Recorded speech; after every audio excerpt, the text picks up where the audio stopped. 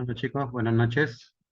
Damos inicio a la clase de hoy de Noxas, ¿ya? Y en el transcurso de la sesión seguro van a ir agregándose los demás compañeros. ¿Ya?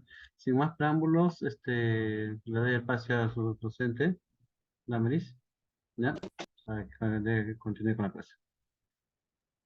Bien, chicos, buenas noches. Pues el día de hoy vamos a tratar de tres géneros importantes de bacterias, que sobre todo vamos a hablar acerca del vibrio y cómo es que se dio el cólera, un poco de la historia. Entonces vamos a ir poco a poco. ¿Cómo están, chicos? ¿Qué tal? Saben que para la clase sí, cualquier pregunta, cualquier duda, pueden hacerla por el chat. Y de igual manera pueden alzar la manito o pueden hacer los emojis de, por ejemplo, un like si entienden, o lo que sea. Entonces vamos a iniciar la clase.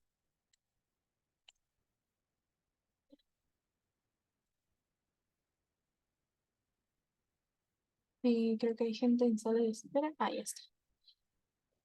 Ah, vamos a iniciar con la clase de... Vamos a iniciar con la clase de Vibrio, Campylobacter y Helicobacter. ¿Qué tan necesario va a ser recordar acerca de las características morfosiológicas, por ejemplo, de cada bacteria y lo demás, ¿no? Empezaremos primero con el plan de la clase. Nuestro plan de la clase es, bueno, reconocer primero que vamos a estudiar el género Vibrio, Campylobacter y Helicobacter, ¿no? Eso es importante de recordar. Iniciaremos con el género Vibrio. El género Vibrio van a ser bacilos gram negativos, que van a ser curvos, van a tener una forma de coma. Esto es bastante característico del género, ya que en la bibliografía, por ejemplo, del libro que usamos, el Murray, va a ser muy específico que va a tener una forma curveada, ¿no? Entonces, por ejemplo, aquí en estas fotos se nota cómo los bacilos están en formas curveadas, ¿no? Mira, como en curvas, no están totalmente rectos. Van a ser pues bacilos gram negativos, o sea que sus paredes se van a pintar de color rojo. Van a ser anaerobios facultativos, esto quiere decir que pues pueden vivir con o sin oxígeno. Van a ser móviles, van a tener un único flagelo polar. En este caso, voy a borrar estos dibujos. Miren. No sé si se pueden dar cuenta que tienen solamente un flagelo. Cuando hablan de un flagelo polar, solamente es un flagelo, el único flagelo. Entonces, está como así, en comita, y su flagelito. Así. Va a ser oxidasa positiva, casi todos, excepto el vibrio que se llama NetSheet-Covey y pues el gasógenes, ¿no? Pero casi no se va a mencionar porque no tiene importancia clínica, como lo que vamos a ver ahora, el Vibrio cholerae. También van a ser fermentadores, o sea, que van a fermentar, por ejemplo, lactosa, a eso se les llama fermentadores, ¿no? Y van a reducir los nitratos a nitritos. Van a tener una diferente temperatura. ¿Qué significa esto? Que pueden estar oscilando entre, por ejemplo, los 14 a 40 grados, ¿no? No es que no tiene mucha diferencia. Y pues van a multiplicar a un pH muy alto. ¿Por qué? ¿Qué es un pH muy alto? Sabemos que el pH neutro es el 7. Entonces están desde 6,5, que viene a ser un poco más ácido, hasta el 9, ¿no? Va a ser un pH bastante alto. Van a ser halotolerantes y halófilos. ¿Qué significa halotolerantes? ¿Qué significa halófilos? Van a ser capaces estos vibrios de poder crecer en ausencia de sal, ¿no? Que van a crecer tanto en ausencia como en presencia de sal. O sea que ambas formas pueden crecer. Excepto el vibrio más importante que vamos a ver ahora es el vibrio cholerae, que tiene un serotipo de 0,1, que va a ser pues el biotipo clásico y el TOR, que también vamos a estar viendo en las siguientes diapos. Y el vibrio cholerae 1 también, ¿no? Eso también es importante recordar. ¿Qué quiero que me saquen de esta diapo? Que van a ser bacilos gram negativos, curvos, no se olviden, curvos. O sea, el bacilo está así, curveadito, y tiene su flagelito polar. Tiene un único flagelo, van a ser oxidasa positiva, van a fermentar y pues van a tener un pH bastante alto, porque sabemos que en la escala es 7, va a ser el número neutro del pH. Entonces, está de 6.5 a 9. Entonces, que va a tener un pH bastante alto. Y van a ser capaces de crecer en ausencia como en presencia de sal. Eso significa que van a ser halotolerantes, toleran, ¿no? Van a ser capaces de crecer en ausencia y en presencia de sal. Vamos a ver qué más nos dice del vibrio. El vibrio va a crecer en un agar llamado TCBS. En la universidad van a escuchar mucho que dicen agar chocolate, agar sangre, pero también van a escuchar hay un medio que se llama el medio TCBS, que nadie le dice por su nombre completo porque es muy largo, pero es el medio agar, tiosulfato, citrato, bilisacarosa. Por eso acá está la T, tiosulfato, citrato, bilisacarosa. Va a crecer solamente en este medio. Es bastante selectivo el virus, ¿no? Acá, por ejemplo, vemos que van a haber colonias, más adelante también vamos a estar viendo eso, van a haber colonias amarillas, por ejemplo, el Vibrio colorae está en el medio TCBS, sin embargo, va a presentar colonias amarillas. Y en el mismo agar, en el agar TCBS, también van a crecer el Vibrio, por ejemplo, mimicus, que es otro tipo de Vibrio, y se va a ver de las colonias verdes. Entonces vamos a ver por qué crecen verdes, por qué crecen amarillos. Es lo que vamos a ver. Quiero que me recuerden aquí que el vibrio va a crecer en un agar TCBS, tiosulfato, citrato, bilisacarosa. Creo que es la primera vez que les presento este medio. Este es el medio. Este de aquí, este medio como verde, amarillo, va a ser el medio TCBS. Ahora. Sí, pregunta de examen, chicos, pregunta de examen. Ahora vamos a leer esto. A ver, cuando hablamos del género de Biblio Cholerae, no se le dice Cholerae, aunque se escribe así, Cholerae, van a haber serogrupos.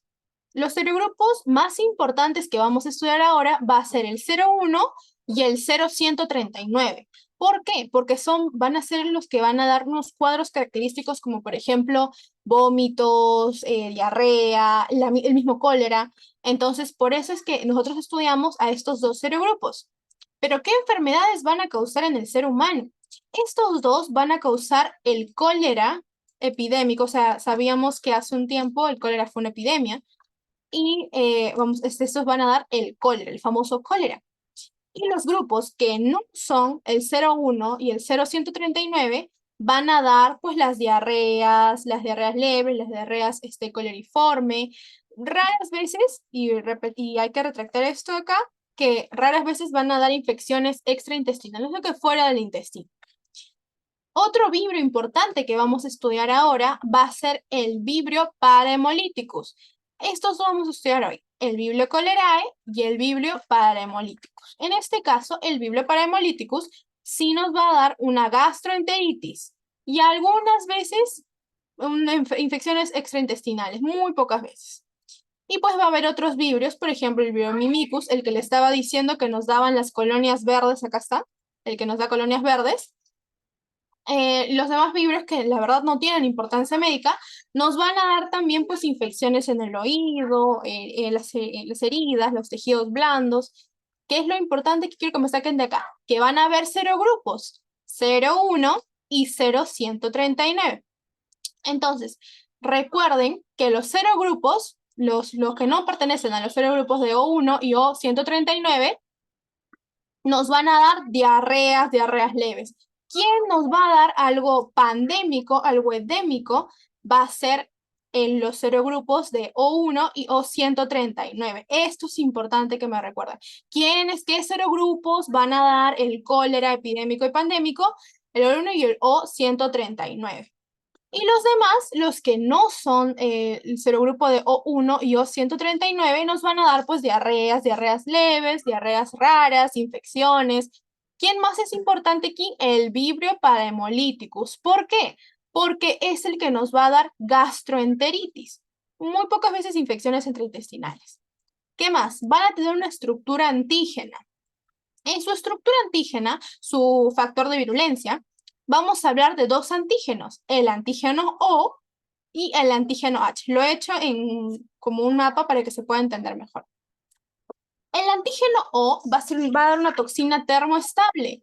la cual se va a dividir en los serogrupos, por ejemplo, serogrupo O1 o 139, ¿no? Lo que le estábamos hablando. Y va a tener un cuadro característico. Cada vez que hablemos de alguna toxina termoestable o termolábil, vamos a escuchar mucho que las termoestables van a dar cuadros característicos de vómitos. Sin embargo, acá vamos al otro grupo, el antígeno H nos va a ser termolábil. Cuando escuchamos termolábil, como ya lo hemos venido escuchando estas 7 clases, van a dar un cuadro característico de diarrea. Entonces, ¿cómo lo podemos diferenciar? Que en las toxinas termoestables, ¿quién va a resaltar? El cuadro de vómitos. Y en las toxinas termolábiles, en el antígeno H, nos va a dar diarreas. Así es como podemos diferenciarlo. Hasta aquí, ¿alguna duda, chicos? Porque esta es como más o menos la base. ¿Me entienden bien? ¿Alguna duda? ¿Alguna pregunta? Y si no tienen preguntas, den su like. Y para saber que están aquí presentes conmigo. ¿Alguna duda? ¿Alguna pregunta? Ya, Maritza dice que todo ok. Bien, chicos. Entonces, para saber que están conmigo, están siguiendo. Entonces, eso es importante. Ahora vamos con nuestra bacteria del día de hoy, la que más vamos a hablar, el Vibrio cholerae. El Vibrio cholerae seguirá siendo un bacilo gram negativo en forma de coma, es curvo, es curveado. Por ejemplo, aquí está de color rojo, está curveadito, porque eso obviamente es gram negativo. Viene a tener una longitud de 2 a 4 micras, ¿no? Es un anaerobio facultativo, o sea, que te dice, puedo vivir con o sin oxígeno. Va a ser móvil y tiene un único flagelo polar. O sea, el bacilo, como ya les decía, no es así porque es medio curvo, entonces vamos a hacerlo más real, medio curvo y con su flagelito polar. Va a ser oxidasa y catalasa positivo. Esto va a ser importante porque para diferenciarlo, por ejemplo, de los demás tipos de vibrios, este va a ser oxidasa y catalasa positivo. Este va a fermentar glucosa y va a ser termolábil, termofila, que va a ser sensible pues a los ácidos. Este vibrio va a ser sensible a los ácidos. Y va a tener una temperatura de entre 22 y 40%, y de 40 grados. ¿Y qué es importante recordar del Vibrio cholerae? Como su mismo nombre dice, Vibrio cholerae nos va a dar una toxina, la toxina del cólera, de la enfermedad del cólera, de la epidemia. Entonces, por eso es más importante recordar este vibrio, porque tiene los casos clínicos que vamos a ver ahora. Vamos a hablar de este. Entonces, es un bacilo gram negativo, tiene un único flagelo polar, va a ser sensible a los ácidos y secreta una toxina, esto vamos a ponerlo con una estrella, secreta una toxina llamada la toxina del cólera. Nos va a dar la enfermedad del cólera. En un examen en la universidad, creo que fue para el examen final, creo, si no me equivoco. Sí, o el parcial, creo. En una pregunta decía, ¿cómo se llama la enfermedad que va por, vamos a ver ahora? Es el Vibrio cholerae, nos da la toxina del cólera, el cual nos va a dar el cólera como tal, la enfermedad, la cual se va a ver, pues, la diarrea va a ser característica porque va a ser en forma de arroz. Entonces, el examen decía, sí, paciente tal, que presentaba dolores de estómago, vómitos, diarrea, no tenía la vacuna de cólera y tal. Entonces, habían en las preguntas, por ejemplo, A, B, C, decía, ¿qué está presentando el paciente? El paciente. Entonces te ponían, ¿no? Toxina del cólera, cólera como tal, y vibrio cólera.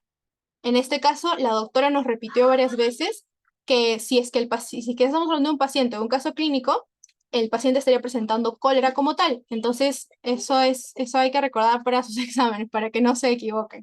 Entonces, en el Vibrio cholerae nos va a dar una toxina llamada el cólera. Y también es importante que el Vibrio cholerae va a ser sensible a los ácidos. ¿Esta parte entendido, chicos? Sí, no. Una vez más repetimos. ¿Cómo lo ven? Sí, dice Maricielo. Ok, genial. El vibrio, como les decía, va a tener serogrupos, lo que les estaba diciendo, el serogrupo O1 y el serogrupo O139. En el serogrupos van a haber serotipos también. Serogrupos O1 y O139 y serotipos van a ser distintos. En este caso va a haber serotipos y biotipos. Los serotipos van a ser conformados por esa toxina que se llama OWAWA, INAVA y COJIMA. ¿Qué va a pasar con estos de acá? Estos tres podrían darnos epidemias con mortalidad significativa, por ejemplo, el cólera. Y van a haber biotipos llamados, por ejemplo, se llama clásico y otro se llama TOR, que nos van a dar enfermedades muy similares, ¿no? Entonces, ¿qué es lo que quiero que me recuerden de aquí? Su patogenia, su factor de virulencia, que van a haber serogrupos O1 y O139. En este caso, el O1 nos va a dar unos serotipos que van a ser estos de acá, OWAWA, INAVA y JICOJIMA, los cuales ok, ahorita lo decimos. Los cuales van a ser responsables de epidemias con mortalidad significativa. En cambio, los biotipos, no. ¿Cuál es la diferencia entre los biotipos y los serotipos? Que en este caso, los serotipos, nunca un biotipo te podría dar una epidemia como el cólera. Y lo mismo, lo mismo que eso que tenemos que recordar. ¿Cuál es la diferencia? Que un biotipo no te va a dar nunca una epidemia, ¿no? El cólera como tal. Por ejemplo, el serogrupo O1 clásico o O1 TOR jamás te podría dar un cólera, una pandemia como el cólera, ¿no? Pueden darte enfermedades similares, como por ejemplo diarreas, vómitos, de ahí vienen las toxinas termolábiles, termoestables, pero no te va a dar una pandemia. Esa es la diferencia. Bien.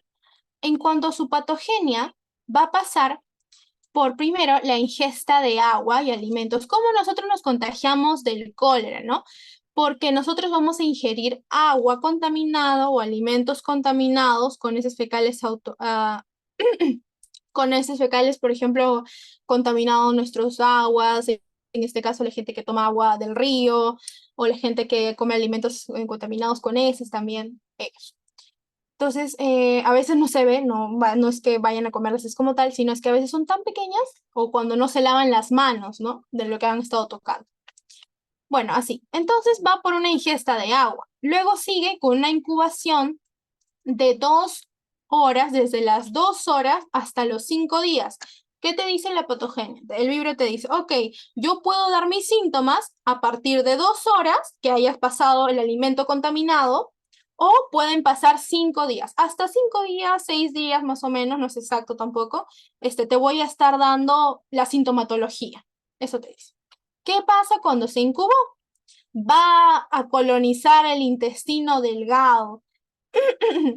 El libro dice, ya, listo, pasé mi periodo de incubación, ya incubé, ahora voy a colonizar el intestino delgado. ¿Y por quién va a colonizar el intestino delgado?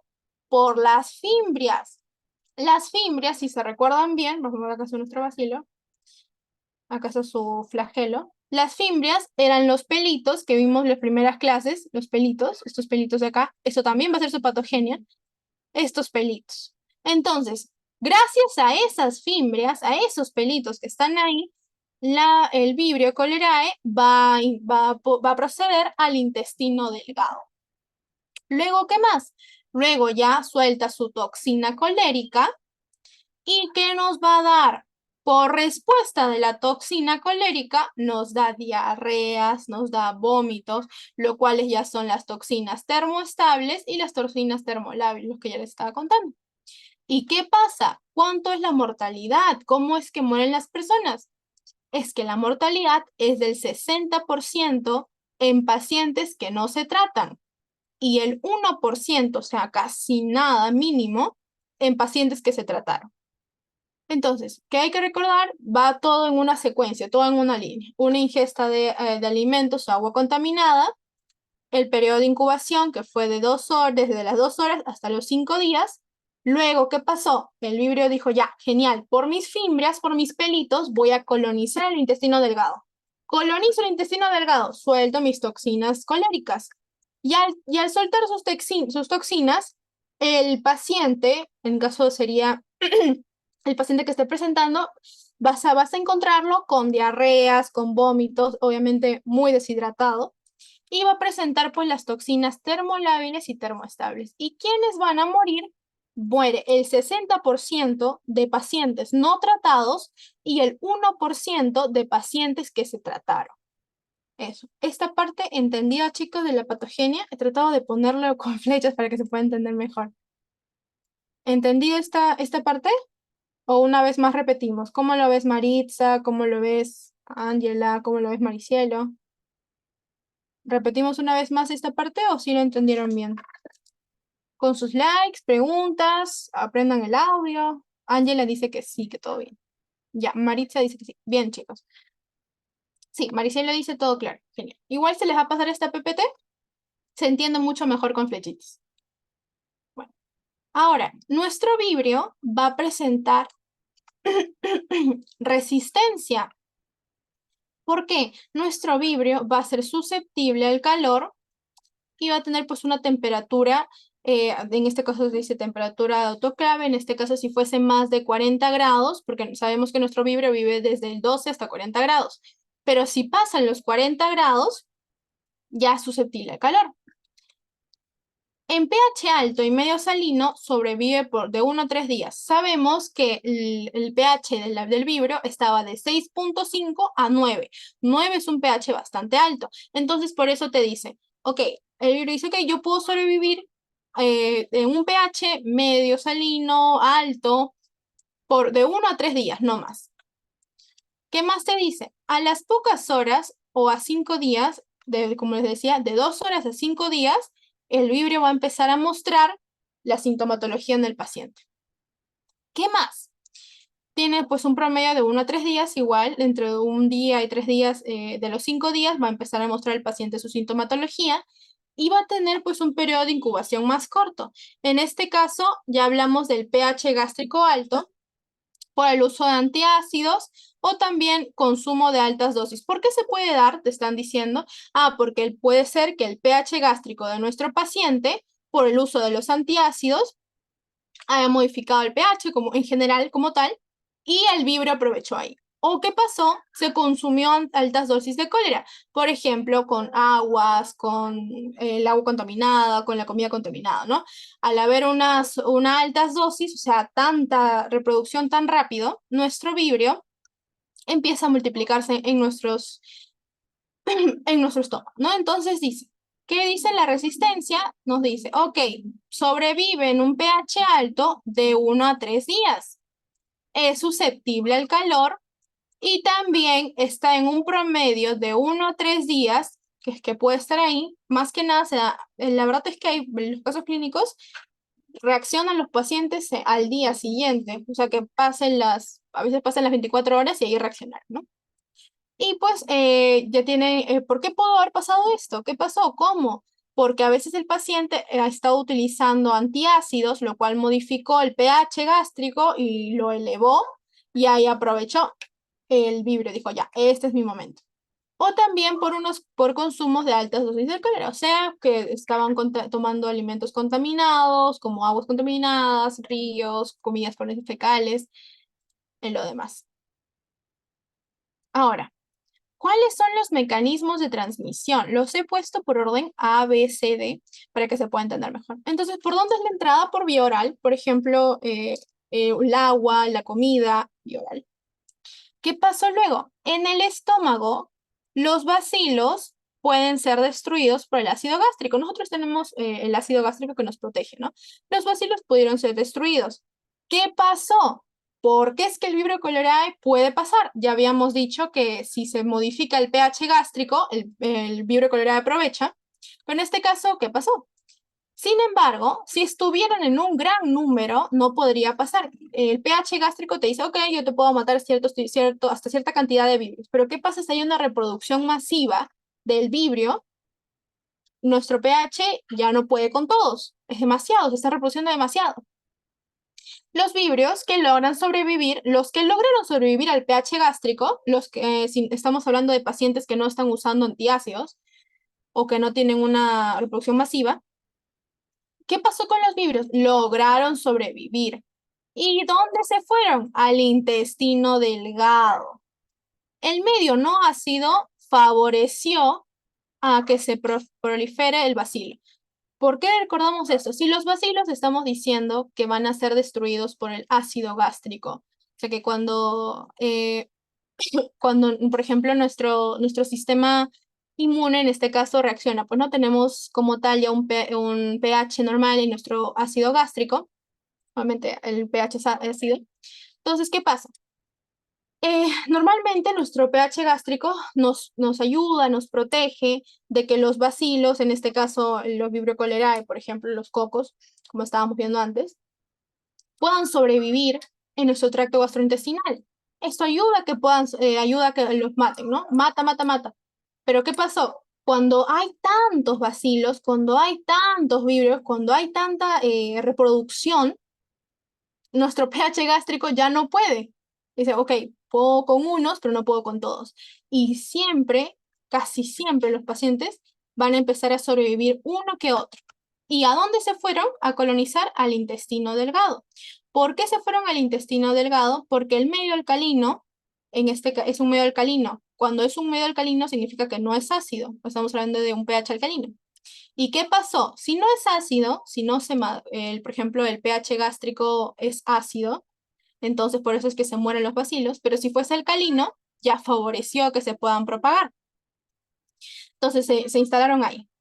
El Vibrio cholerae va a liberar una toxina, en este caso la toxina del cólera, que va a romper el equilibrio del sodio en las células de la mucosa del intestino delgado.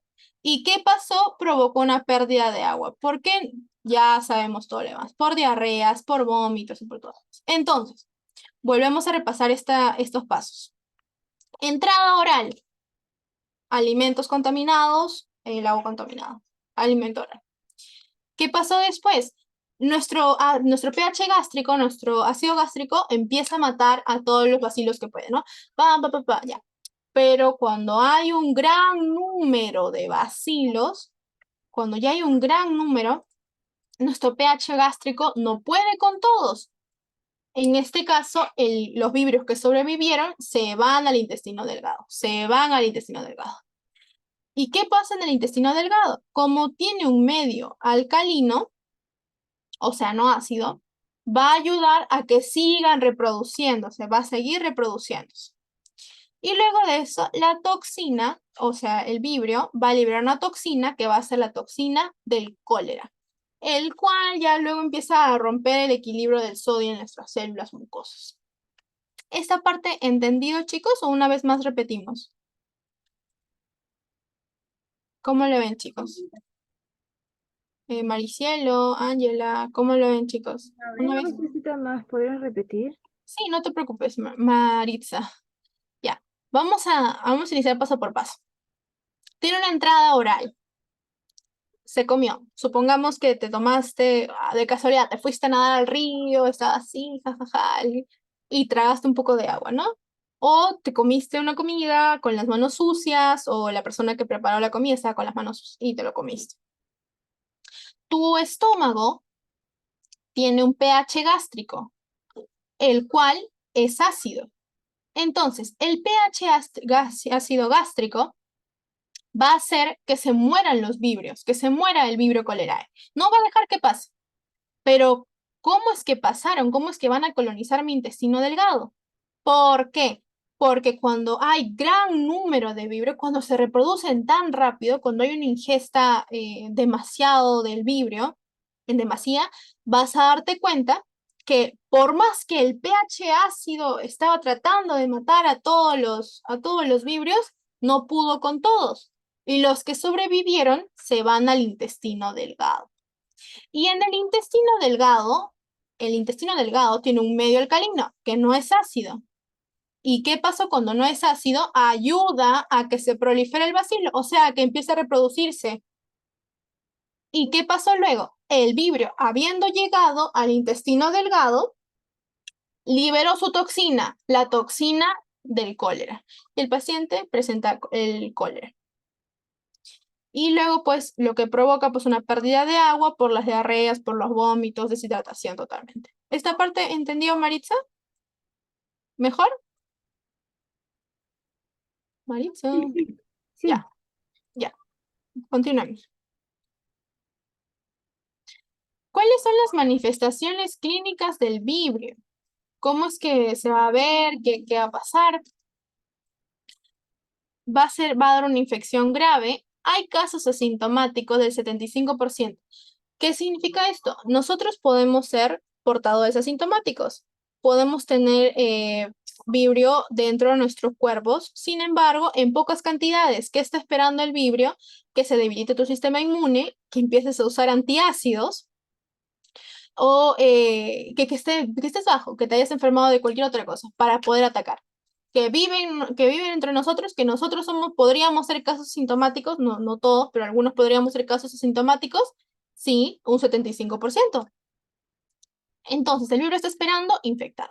Y cuando presentan casos sintomáticos, o sea, que ya presentan síntomas, van a ser un 20%, va a dar una enfermedad leve, o sea, que se van a poder sanar, y un 2 o del 2 al 5% da una enfermedad severa. ¿Qué más? Nos podría ocasionar gastroenteritis también. Sabemos que una de las especies de los vibrios nos va a dar gastroenteritis. Pero qué pasó con los pacientes que no se trataron? Los pacientes que se van a morir. Esos pacientes que no se trataron, la mayoría, van a tener una deshidratación profunda. ¿Por qué se deshidratan? ¿Por qué creen que se deshidratan, chicos? Se van a deshidratar. Fiebre de repente. Que después, porque se les afloja el estómago. Claro, porque están con diarrea, están con vómitos. Van a tener una deshidratación profunda. Van a perder sales. Exacto, también. Van a perder sales. Pierden sales y se van a empezar a deshidratar. ¿Qué más? Nos puede dar un shock séptico. Ustedes creo que ya vieron fisiopatología del shock con la profesora. Entonces, vamos a recordar un poquito. El shock séptico va a ser pues un tipo de shock que se produce como resultado de cuando una bacteria, en este caso hablamos de bacterias, ¿no? Cuando una bacteria infecta a un organismo. Debido a la infección, nos puede dar un shock séptico. Por eso es importante que presten atención a su clase de fisiopatología, porque todo se une. ¿Qué más? El paciente puede dar una falla renal, puede llegar a coma y termina con la muerte. Entonces, ¿qué quiero que me recuerden de esto? Que definitivamente los síntomas que puedas tener tienen que tratarse. Los casos asintomáticos, o sea que el libro está esperando infectarte, tenemos en bajas cantidades en nuestro cuerpo, por eso dicen que hasta un 75% va a ser casos asintomáticos que no van a presentar síntomas. ¿Qué pasa? ¿Qué está esperando el libro? El libro es oportunista, dice, oh ya, está enfermado de otra cosa, está usando antiácidos, ha modificado el pH del estómago. Listo, ahora sí voy a atacar, dice, ¿no? Y los casos asintomáticos van a ser pues pocos, un 20% van a dar una enfermedad leve y un 2.5, del 2 al 5% van a dar una enfermedad severa. ¿Qué es lo importante? Que el paciente sin tratar, en este caso he estado leyendo que los pacientes de provincia sobre todo, van a dejarlo pasar, van a dejarlo pasar, van a dejarlo pasar y a veces ese es el porcentaje de muertos, ¿no? Van a llegar a una deshidratación profunda, van a dar un shock séptico, que ¿por qué es un shock séptico? Por la respuesta inflamatoria debido a la bacteria que está infectando. ¿Qué más? Nos puede dar una falla renal, coma, llega el paciente en coma y luego muerte. ¿Esta parte entendido, chicos? Una vez más repetimos, ¿cómo lo ven? Sí, está bien. Bien, ya. Continuemos. La sintomatología. Los síntomas clásicos van a ser la diarrea acuosa profusa, ¿verdad? Que el paciente a cada rato va a estar con diarrea acuosa. Va a estar con heces líquidas. Ah, ya, esto de acá voy a ponerlo de otro color porque esto sí es pregunta de examen. Van a ser heces líquidas, incoloras e inodores. Con moco, en este caso los pacientes van a presentar las diarreas con agua de arroz. Eso fue mi pregunta en un examen, en el examen final. Fue una de las preguntas. Paciente tal presenta diarreas con agua de arroz. Ya solo te dijo eso y te ayudó un montón. Los pacientes que van a presentar agua de arroz, diarrea con agua de arroz, en este caso como formas de arroz se refieren, van a dar heces líquidas, esos pacientes presentan cólera. Los pacientes van a dar vómitos, pérdida de peso, los pacientes vas a encontrarlos ya que por lo mismo del que perdieron sales, de los vómitos, que están deshidratados, van a darse cuenta que están con los ojos hundidos, con la piel toda oscura y con una pérdida de turgencia. ¿Qué es la turgencia? La turgencia es la elasticidad de nuestra piel. La elasticidad, vas a ver que van a tener una pérdida de la turgencia. Entonces, es la capacidad para cambiar de forma y retornar a la normalidad. Por ejemplo, yo sé que mi mano, si yo hago así, lo jalo, va a regresar a la normalidad, porque no tengo una pérdida de turgencia. Pero los pacientes que presentan pérdida de turgencia, no va a pasar eso, sino es que va a ser o muy lento o no lo va a hacer. Muy lento más que nada. Entonces, ¿qué es lo que quiero que me recuerden? Y los síntomas clásicos y las preguntas de los exámenes de la universidad, que van a presentar diarrea, sí, pero van a presentar diarreas en formas de agua de arroz. Cuando ustedes lean un caso clínico que dice paciente presenta diarreas con agua de arroz, ya, por más que te hayan puesto un texto así, ya sabes que de quién se trata, del Biblio Cholerae. Van a dar pues vómitos, pérdida de peso y los ojos hundidos. Y la pérdida de la turgencia, lo que ya les expliqué, la elasticidad de la piel, que la capacidad para que cambien de forma va a ser mucho más lenta. Vas a ver, por ejemplo, a mí, por ejemplo, conmigo y con ustedes, supongo que es muy rápido. Por más que lo jales y regrese a su lugar. Ya, eso es la turgencia.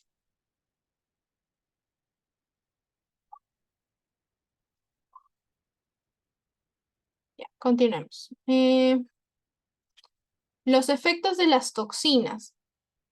En este caso vamos a hablar, ya vimos las toxinas, la O1 y la O139.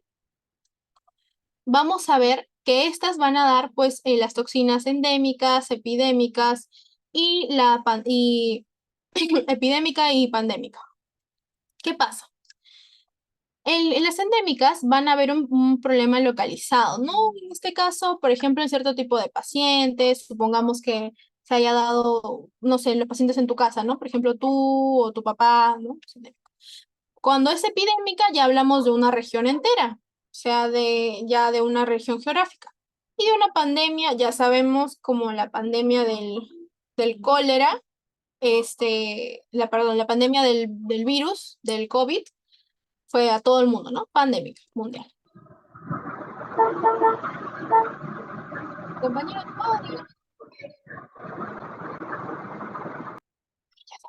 ¿a qué se refiere? Ah, ya, Maricielo, ya. Las diarreas con agua de arroz, es que las diarreas van a tener un aspecto pálido, así como leche. A ver, ¿por qué se dice agua de arroz?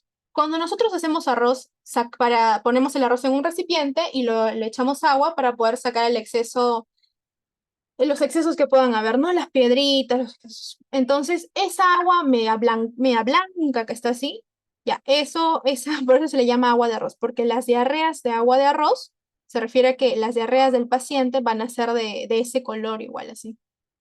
A eso me refiero. Ah, ya, gracias. Sí, no te preocupes, sí, sí, está bien, así es. Bien, chicos.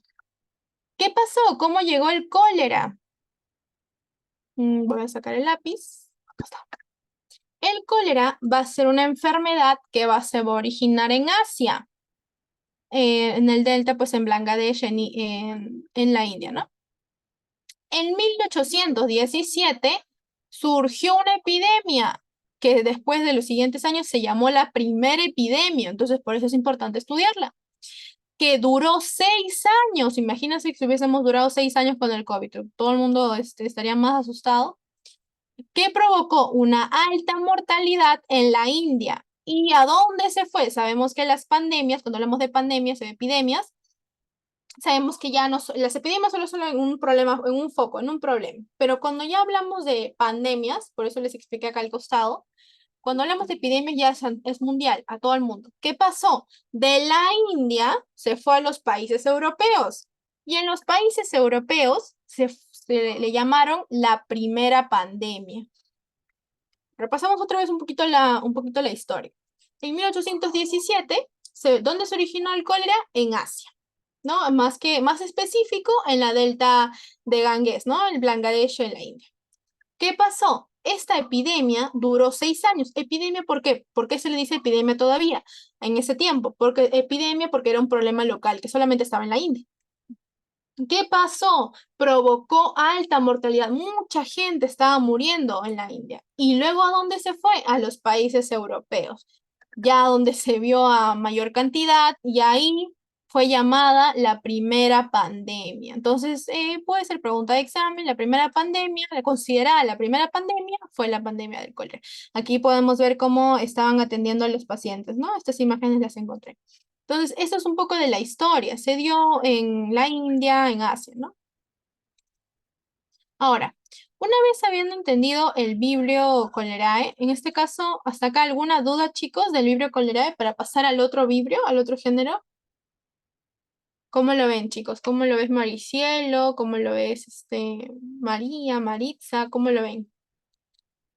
¿Alguna duda todavía? ¿Alguna pregunta para pasar a al siguiente Vibrio, el siguiente género de Vibrio? Chicos. Bien, Maritza dice todo genial. Ya, genial. Cualquier cosa me avisan para repetir.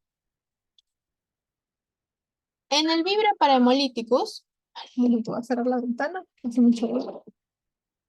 En el Vibrio Parahemolyticus va a pasar lo mismo. Se van a ver bacilos gram negativos en forma de coma. Forma así, curveada. Van a ser más pequeños que los Vibrios Cholerae. Acá ya, por ejemplo, hay una fuerte diferencia. Van a ser más pequeños. Van a ser de 0.5 a 0.8 micras o de 1.4 a 2.6 micras.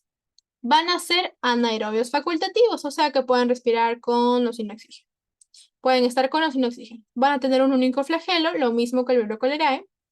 Van a tener un desarrollo de entre el 1 y 4% en cloruro de sodio y crece en un 8% halófilos. ¿Qué significaba halófilos? Que pueden crecer con o sin sal en el crecimiento. ¿Qué más?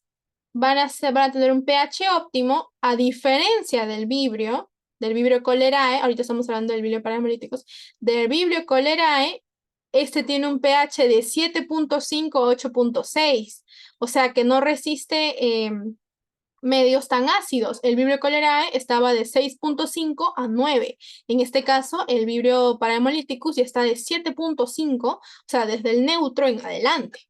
Ese es, por ejemplo, un método de diagnóstico, ¿no? Para poder diferenciarlos.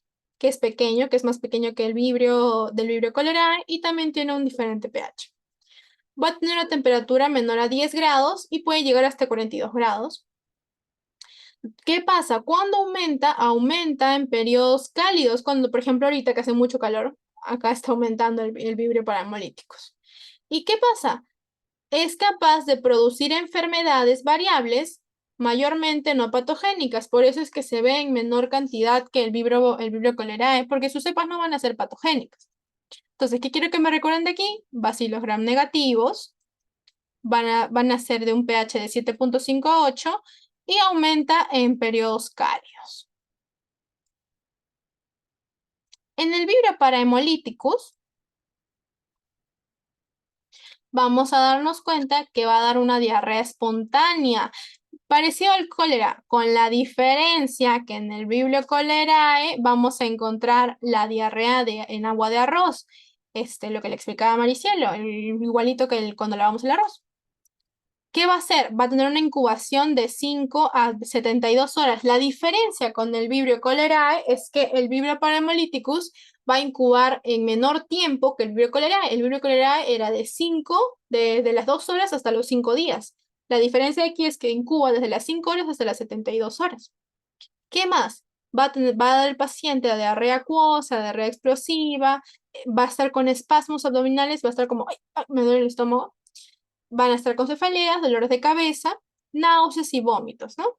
¿Y por qué? ¿Qué pasó? Más adelante vamos a ver un cuadro que esto se da a veces por exposiciones al agua de mar, del agua de mar contaminadas. ¿Cómo es que nos podemos contagiar desde el Vibrio Parahemolyticus? También del Vibrio cholerae, pero en menor cantidad. ¿Cómo nos contagiamos del Vibrio Parahemolyticus? Con los mariscos o, por ejemplo, en este caso vemos pulpos, peces, ¿no? Con las cosas marinas mal cocinadas, ¿no? En este caso, los que se comen, por ejemplo, el pescado crudo. No deberían comérselo así, deberían cocinarlo o por lo menos servirlo un poquito, ¿no? Entonces, eso nos va a dar diarreas espontáneas, una incubación de 5 a 72 horas. ¿Y por qué? Por una exposición a aguas del mar contaminadas. ¿Esta parte entendido, chicos? ¿Cómo lo ven?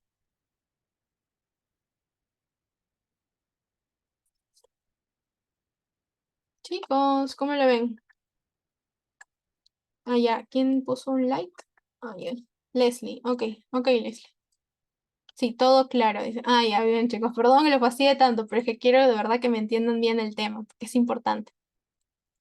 Ya, ahora vamos a pasar al vibrio vulnificus, que es diferente a los demás. Ya no es Paramelyticus, ya no es Cholerae, ahora hablamos del vibrio vulnificus. Lo mismo, continuamos con gram negativos. La diferencia es que en este tipo de vibrio, los bacilos pueden ser en forma recta. ¿Se acuerdan que les había dicho que el vibrio cólera y el vibrio paramolíticos tenían forma de coma, en forma así, un coma? En este caso, el vibrio vulnificus, ¿qué pasa con él? Puede ser curviado, pero también puede ser recto. Entonces nos dice eso, ¿no? También otra forma de diferenciarlo, por ejemplo. Va a ser oxidasa positiva, va a fermentar lactosa, por eso les decía que la familia de los vibrios van a ser llamados fermentadores, va a ser termolábil y va a estar oscilando en una temperatura de 8 grados a 43 grados. Pero ¿dónde le gusta crecer a nuestro vibrio? Le gusta crecer en temperaturas de 37 grados. Y va a ser ubicuo. ¿Dónde más se va a encontrar? Y lo van a ver en las ostras, en las almejas, en los mariscos, en el plancton. Entonces, ¿qué es lo que hay que recordar? Cocinen bien sus alimentos, no se estén comiendo la comida cruda ni nada de eso. En este caso, el vibrio vulnificus van a ser virulentos con infección rápida en las heridas, que se van a propagar muy rápido. ¿Por qué? Van a estar los que están expuestas al agua de mar contaminada, ¿no? Al agua de mar contaminada, al agua de ríos contaminados. Por ejemplo, si tuvieses una herida abierta y te metiste al mar y estaba el agua contaminada, ahí.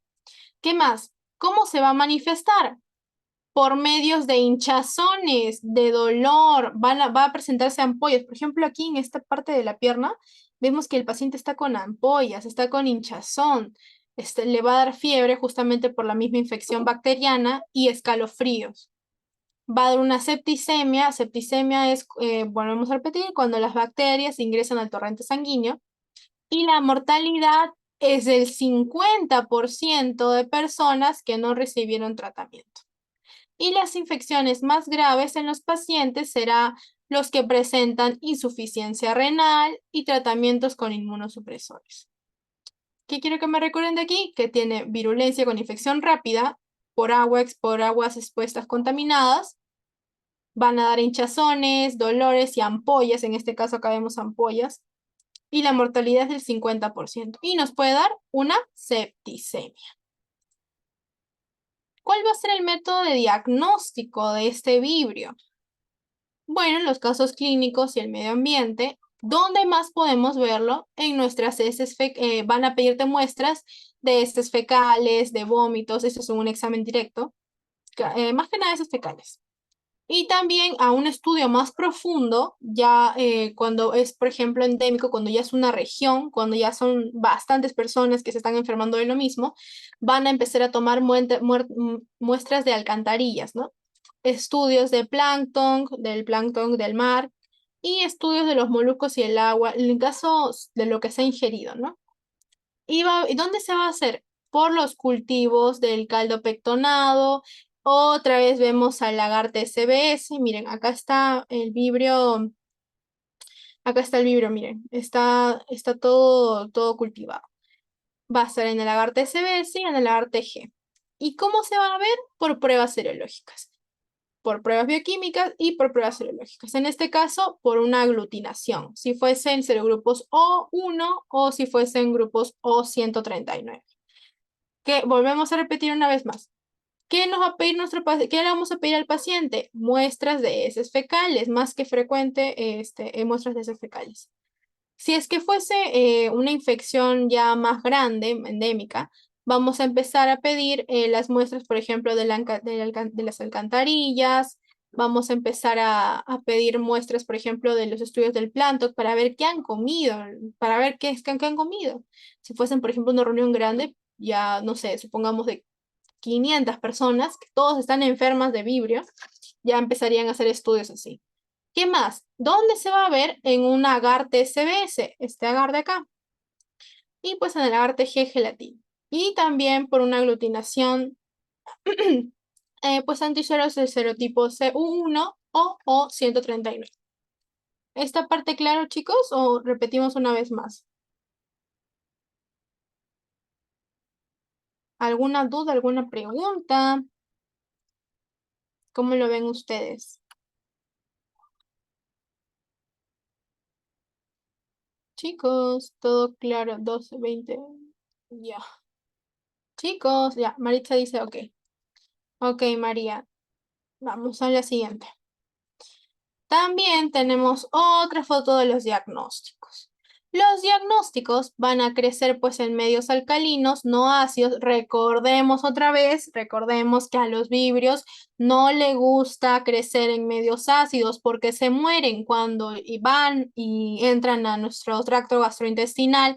Nuestro estómago tiene un pH, el pH gástrico, y si el paciente no está usando eh, por ejemplo, tratamiento para bajar el pH ácido, el vibrio está feliz, ¿no? Ahí. Entonces, ¿qué se le va a pedir? Una muestra fecal. En todo caso, haríamos, por ejemplo, en el agar TSBS, este agar acá verdecito. Ah, ya, vamos a ver ahorita por qué sale verde y por qué sale amarillo. En el agar TSBS, ¿qué temperatura? 37 grados de temperatura del cuerpo, de 6 a 15 horas. ¿Qué va a pasar? Acá vamos a hacerlo de otro color. En las colonias amarillas, ¿cuál es la diferencia? ¿Cómo es que diferenciamos nosotros? Porque el vibrio nos va a dar diferentes colonias. En este caso, ven acá colonias verdes y ven acá colonias amarillas. Las colonias amarillas van a ser, recordemos lo primero, el vibrio del cólera. El vibrio del cólera va a dar colonias amarillas en el agar TSBS. Ambos son el mismo agar. Si se dan cuenta, son el mismo agar. Sin embargo, tienen diferente color, diferente pigmento. ¿Y qué pasó? Y el otro más importante, el que acabamos de ver para Hemolyticus y Vulnificus y Mimicus, este de acá, van a dar de color verde. Color amarillo, Cholerae. Y color verde, para Hemolyticus, Mimicus o Vinifius. Entonces, ¿qué quiero que me recuerden de aquí? Que no crecen en medios ácidos, que no le gusta el medio ácido y que se le va a pedir al paciente una muestra fecal.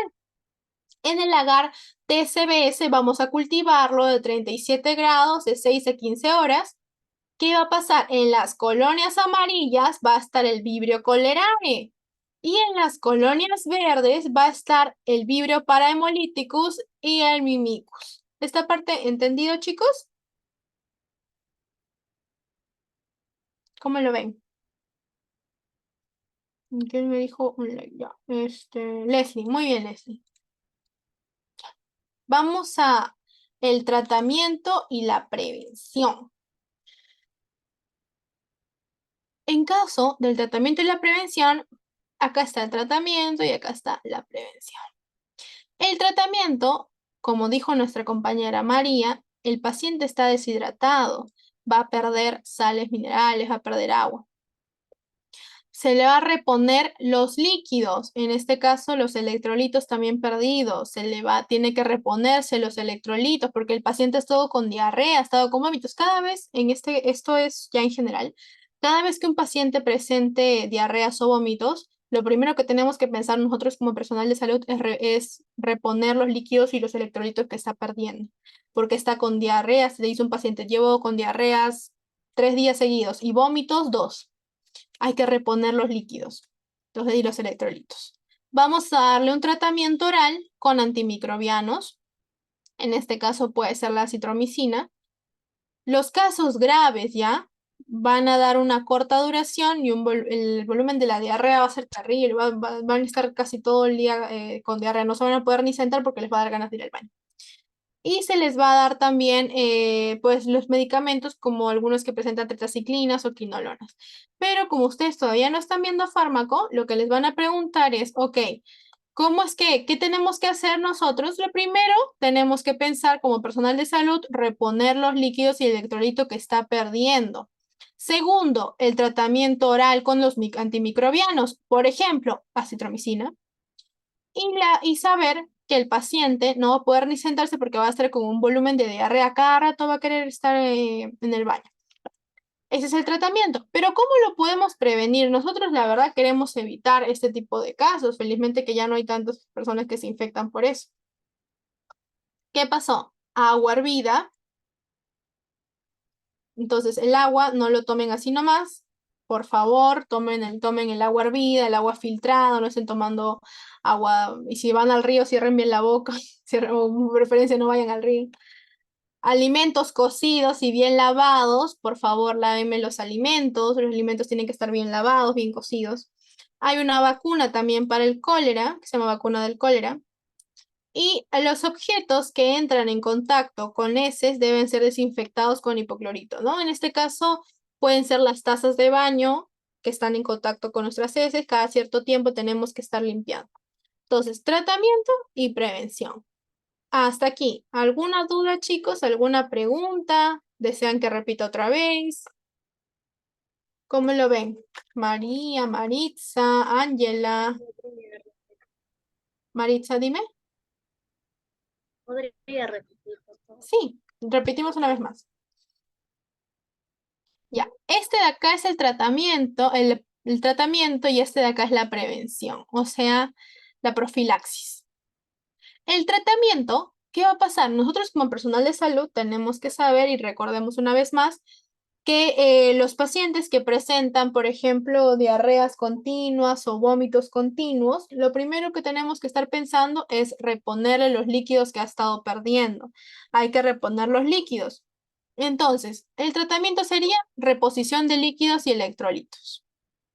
Segundo, hay que darle tratamientos.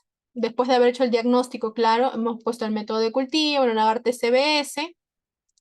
Hay que darle tratamientos con microbianos. ¿Y qué más? Y pues va a ser de a corta duración y el volumen de la diarrea va a ser intenso. Entonces, ¿qué le podemos dar a nuestro paciente? Acitromicina en este caso. Pueden ser medicamentos también como las tetraciclinas y las quinolonas. Este es el tratamiento. Recordemos, reposición de líquidos y electrolitos, tratamientos con antimicrobianos. Y en caso de la prevención, tenemos que recordar otra vez que por favor no me estén tomando agua de caño, no se tomen agua de río, por favor agua hervida y filtrada. Los alimentos tienen que estar cocidos y bien lavados. Obviamente hay una vacuna para el cólera y los objetos que van a entrar en contacto con las heces, en este caso sería, por ejemplo, los inodoros, hay que estar lavando, hay que estar constantemente desinfectando con lejía. Esta parte mejor, Maritza, ¿entendiste? ¿Cómo la ves, Maritza? ¿Entendiste ahora sí? Bien, muy bien, Maritza. Listo, casitos clínicos, vamos.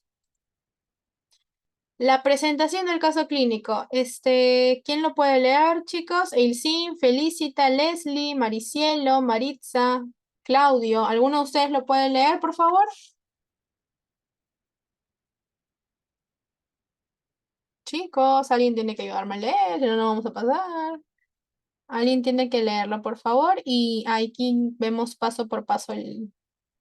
¿Podrías leerlo, Maritza? Sí. Ya, empieza a leer. Mujer de 63 años con antecedentes de hipertensión arterial, intolerancia a la glucosa, dislipidemia en tratamiento y un episodio de diverticulitis aguda no complicada en el año 2004. A comienzos de enero de 2009, la paciente inició un cuadro caracterizado por deposiciones líquidas abundantes y explosivas con mucus, sin sangre ni pus, asociadas a dolor abdominal tipo cólico y fiebre de hasta 39 grados con calofríos. Por resistencia de los síntomas, consultó al segundo día de la evolución, en un centro privado de salud donde se le realizó una tomografía axial computarizada de abdomen, que demostró signos compatibles con inflamación de ilion terminal, colon ascendente y transverso.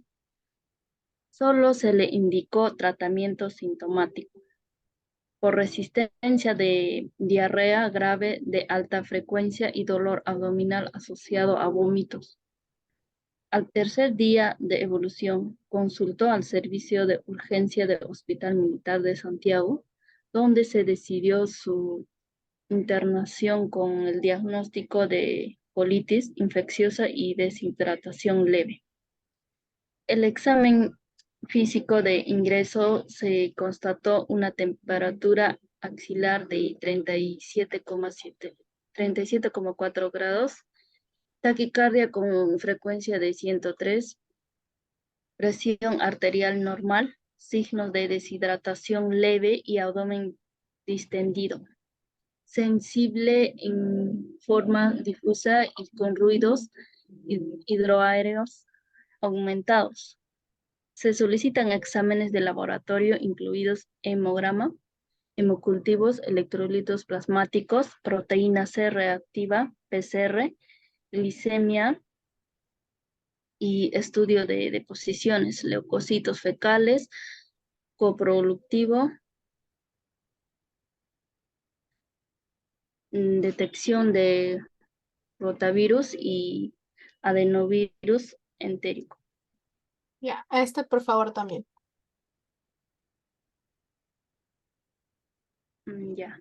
En los resultados solo destacó un PCR elevada de 44,25 miligramos por decilitro, hipocalemia de 3,11 de miliequivalentes por litro, disculpa, BN, no sé qué. Y continúa. Glicemia discretamente elevada de 156 gramos por decilitro y leucocitos fecales a mayor de 20 por campo. A los 24 horas de ingresar se indicó un tratamiento con ceftriaxona y metronidazol, hidratación parenteral y corrección de hipocalemia. El cuadro febril se dio por pase al tratamiento. La paciente persistió con diarrea intensa entre 8 a 10 deposiciones por día, dolor abdominal y vómitos. Se obtuvo además el antecedente de 3 personas relacionadas al paciente que habrían presentado síntomas gastrointestinales similares, sin lograr más información. En el coprocultivo tomado al ingreso hubo desarrollo de un bacilo gram negativo a las 72 horas de incubación, identificado como Vibrio. Como Vibrio. Los cultivos en agar TCBS y Romogear. La prueba de la oxidasa y la identificación por microscan fueron concordantes con el diagnóstico presuntivo del cólera. El aislado fue derivado al programa de microbiología del Instituto de Ciencias Biomédicas de la Universidad de Chile por su caracterización molecular. Se modificó el tratamiento antimicrobiano, continuando con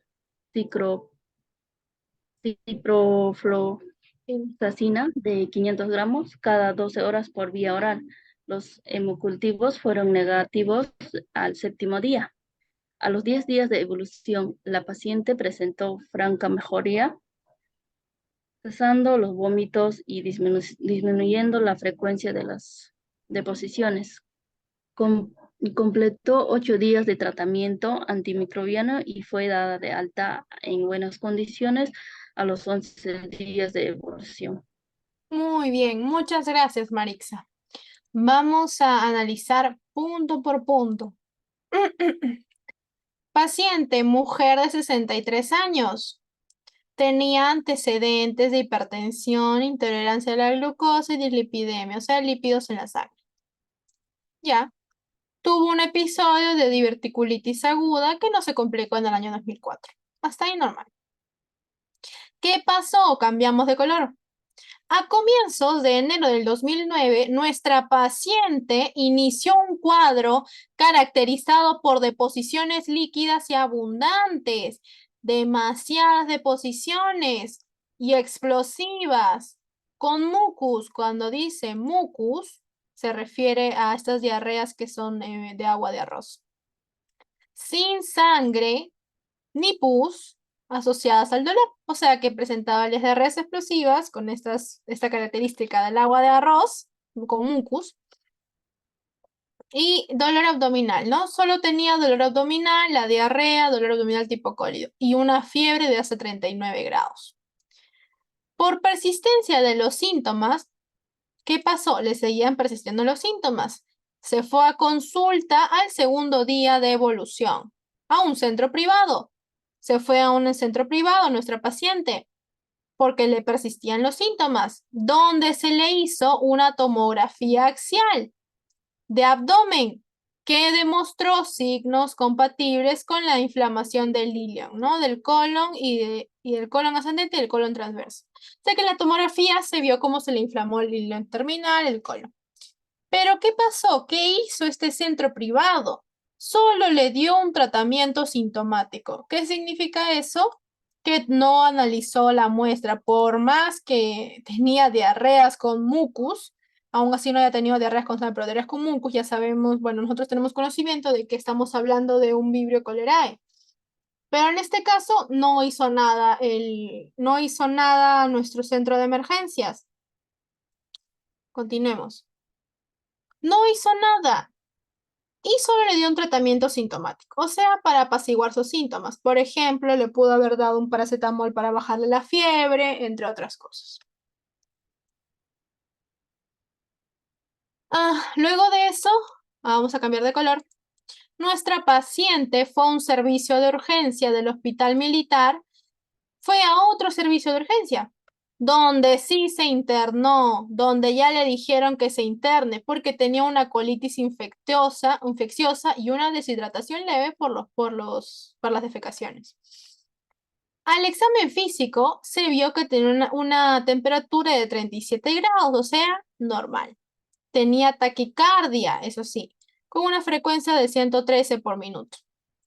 Presión arterial normal, signos de deshidratación leve, estaba deshidratada levemente y tenía el abdomen distendido. Tenía ruidos aéreos aumentados también. Se le pidió un examen de laboratorio, un hemograma, un hemocultivo, un plásmidos, por ejemplo, estaban viendo también si tenía detección de rotavirus. Rotavirus es ese virus que da diarrea. Un coprocultivo, un examen de heces. Vamos a ver si tenía el leucocito fetal, si tenía sangre en las heces y el adenovirus entérico. En sus resultados, ¿qué pasó? Destacó una PCR elevada, una hipocalemia, una glicemia y los leucocitos fecales.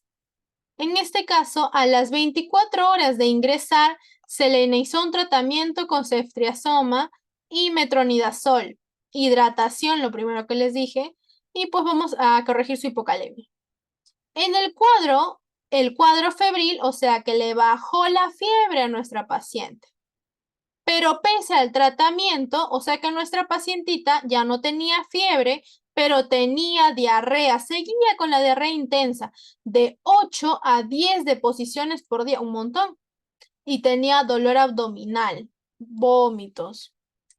Entonces, se obtuvo como un antecedente que hubieron 3 personas relacionadas a la paciente que presentaron síntomas.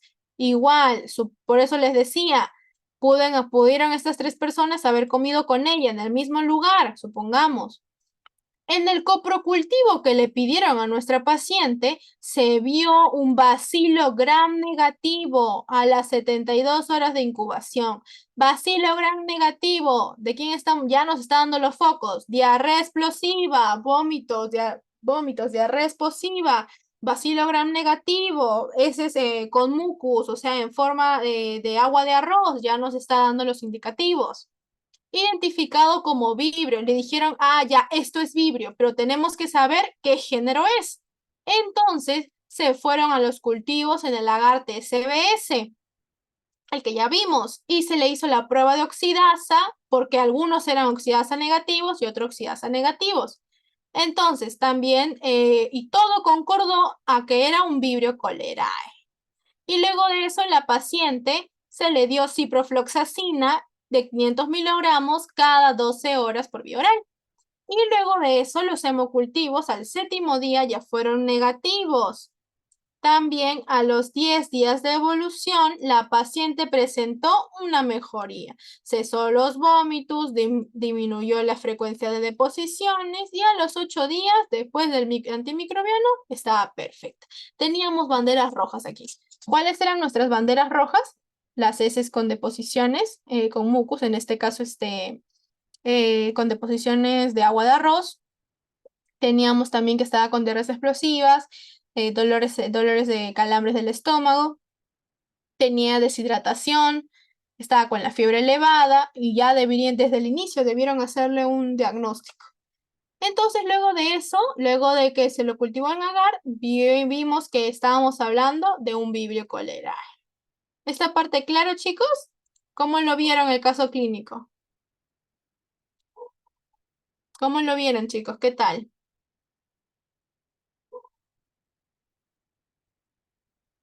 ¿Cómo lo vieron, chicos?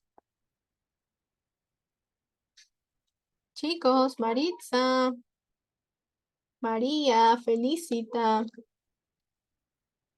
Maritza, Claudio, Leslie. ¿Qué dice María? María Foucault dice que sí. Bien, Maritza dice que bien. Ok, me alegro. Vamos a pasar al género Campylobacter. Mira, ya nos queda poquito tiempo. Al género Campylobacter.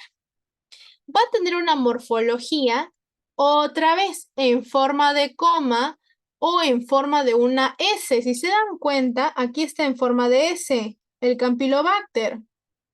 Casi el otro era una coma así. Este está en una forma así. Tiene forma de S. O también llamado ala de gaviota, ¿no? En forma de S. Campylobacter. ¿Por qué se llama Campylobacter? Porque campilo significa curvado, curveado, y bacter, varilla. Va a ser móvil porque va a contar con un flagelo polar. Así. No es fermentador. Te dice desde ahorita, no fermento. No fermento, no oxido y no fermento. Eso te dice. No oxido carbohidratos. Pero sí tengo oxidasa positivo y catalasa negativo. Catalasa positivo. Va a estar en la microbiota normal de los animales, o sea que los animales conviven con el Campylobacter. Eso te está diciendo.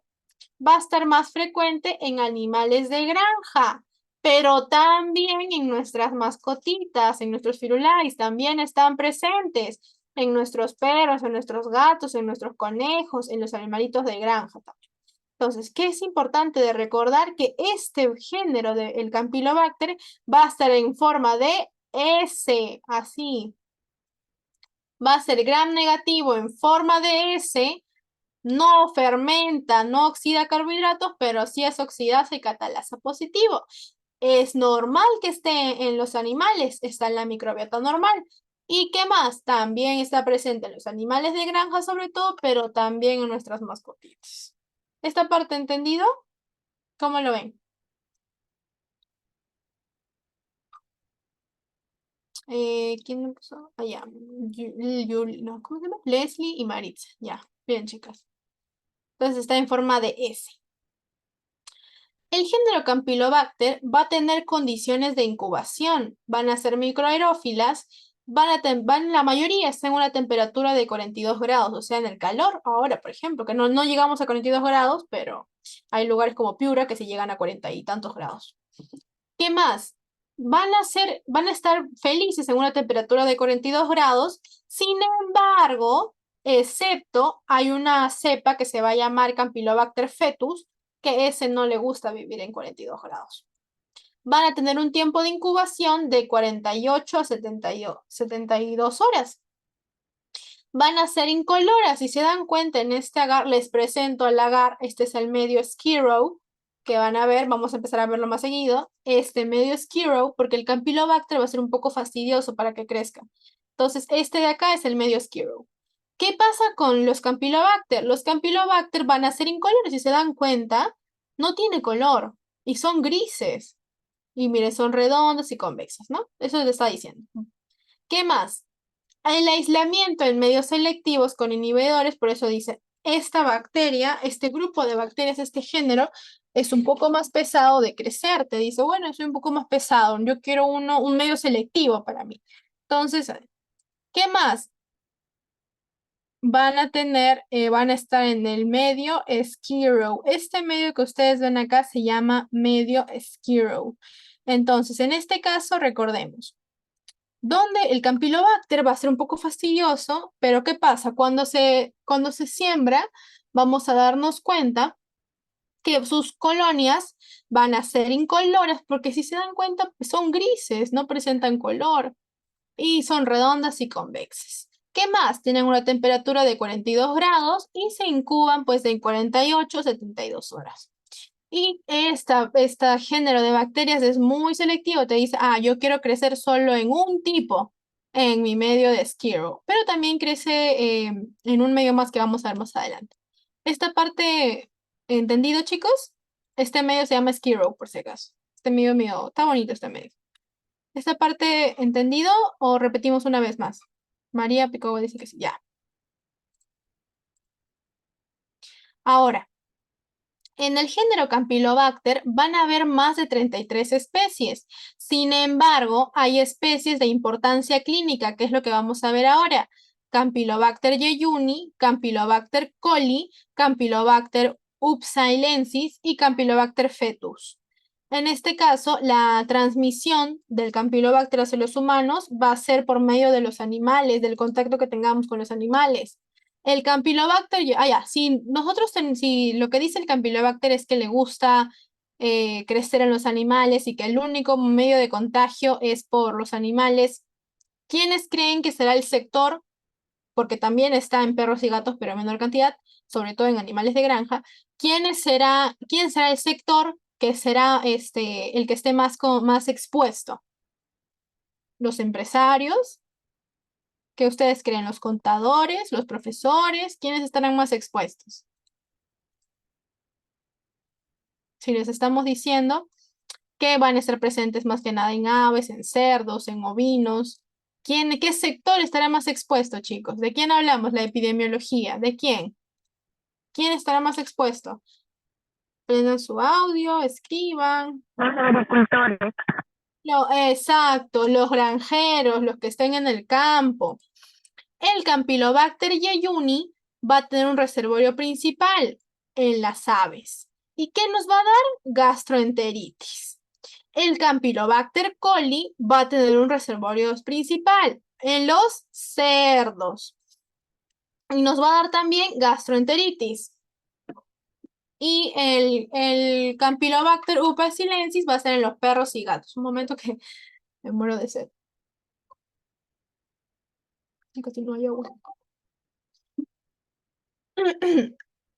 Y el Campylobacter upsilensis va a ser presente en perros y gatos. O sea que los que tenemos perritos, los que tenemos gatitos, pueden ser que estos van a vivir normalmente con Campylobacter upsilensis, ¿no?